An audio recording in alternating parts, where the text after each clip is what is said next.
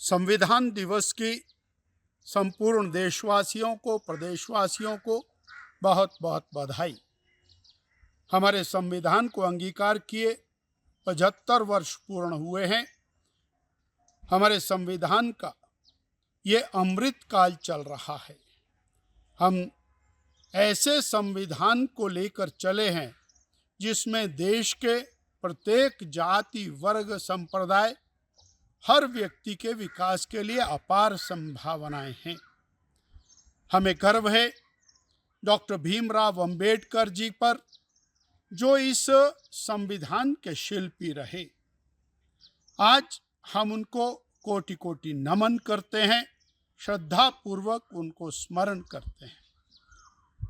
हम ये भी यहाँ कहना चाहेंगे कि कांग्रेस पार्टी ने लगभग 75 बार संविधान में संशोधन किए और अनेक संशोधन ऐसे किए जो कांग्रेस ने अपनी सत्ता बचाने के लिए, वोटों को प्राप्त करने के लिए संविधान के साथ छेड़छाड़ की।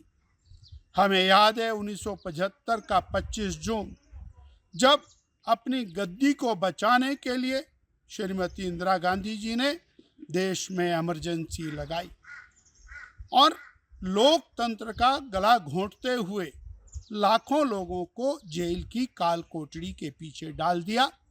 मीडिया को पूरी तरह से प्रतिबंधित कर दिया गया और मेरा देश उस समय तानाशाही का देश बन गया।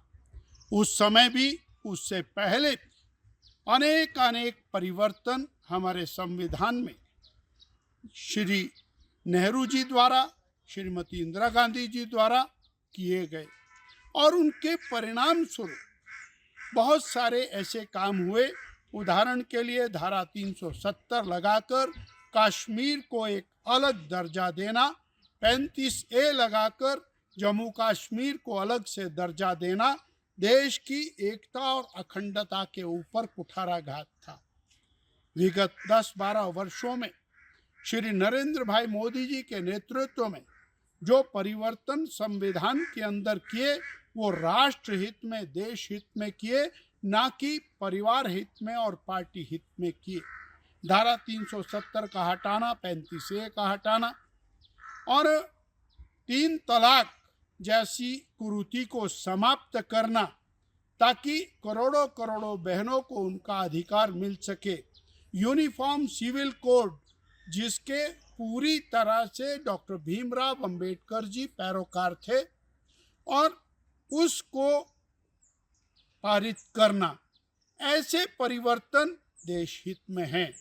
आज कांग्रेस पार्टी के नेता, जिनके परिवार ने इस संविधान को तोड़ा मरोड़ा, अपनी शक्ति को बढ़ाने के लिए, पार्टी को जिताने के लिए, परिवार को सत्ता में रखने के लिए, वो आज संविधान की दुहाई दे रहे हैं और डॉक्टर भीमराव अंबेडकर जी की जिन्होंने उपेक्षा की, जिन्होंने अपमान किया, उनको भारत रत्न से वंचित रखा, उन्हें नेहरू जी की कैबिनेट से जबरन त्याग पत्र देना पड़ा।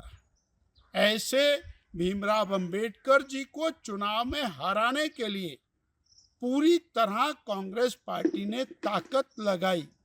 ऐसे डॉक्टर भीमराव अंबेडकर जी का नाम लेकर देश को पुनः विभाजित करने का जो एक षड्यंत्र इस समय चल रहा है, उसको पूरी तरह बेनकाब करने की आवश्यकता है और हमारे संविधान की वस्तुस्थिति वो हमारी युवा पीढ़ी के सामने आए। ये आज संविधान दिवस की आवश्यकता है।